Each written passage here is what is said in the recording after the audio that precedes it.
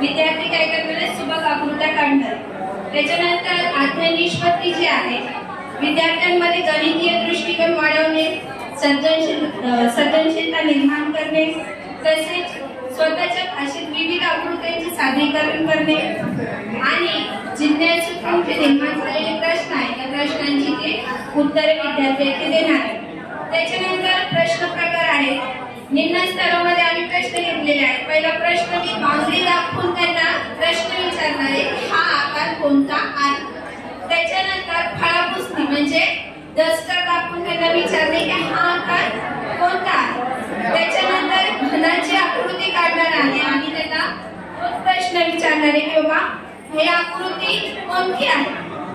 त्याच्यानंतर आहे घनाच्या पृष्ठ, घनाचे जे पृष्ठ असतात ते कोणत्या आकाराचे असतात.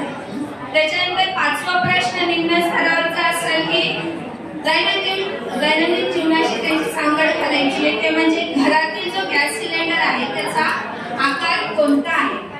त्याच्यानंतर आहे उच्च स्तरावर काही प्रश्न निर्माण केले, ते आहेत दिलेल्या प्रश्नांची उत्तरे सांगा. घनाला किती पृष्ठे, शिरोबिंदू आणि किती बाजू असतात. याच्यामध्ये तो स्वतःच्या ज्ञानाचं उपयोजन करणार आहे आणि गोल व वर्तुळ यातील फरक पण तो स्पष्ट करणार आहे. म्हणजे तो शिकवलं त्याच्या ज्ञानाचा उपयोजन तो येथे करणार आहे. त्याच्यानंतर आहे इष्टिका चितीची आकृती काढून तुम्हाला नावे लिहायची आहे आणि दाखवायची आहे.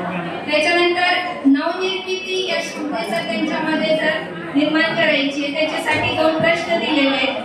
मोठे कागदापासून विविध त्रिमितीय आकार निर्माण करा आणि त्याच्यानंतर आहे दैनंदिन व्यवहारातील विविध त्रिमितीय आकार हे शोधून त्यांना नावे लिहायची आहेत आणि त्यांची यादी करायची आहे. याच्यामध्ये आमचे सहभागी प्रशिक्षणार्थी आहेत शहीद अशफाक शाळेचे Muzammil sir, Pathanuddin madam, Syed Naaz madam, Ashfaq sir, Salim sir, Mohammed Salim sir, Rohit sir आणि मॉडल उर्दू शाळेचे मुख्याध्यापिका शेख आयशा मॅडम आहेत. आणि तसेच आम्हाला जे एकदम उपयुक्त असे मार्गदर्शन त्यांनी केले ते सर्व आपले माननीय सन्मान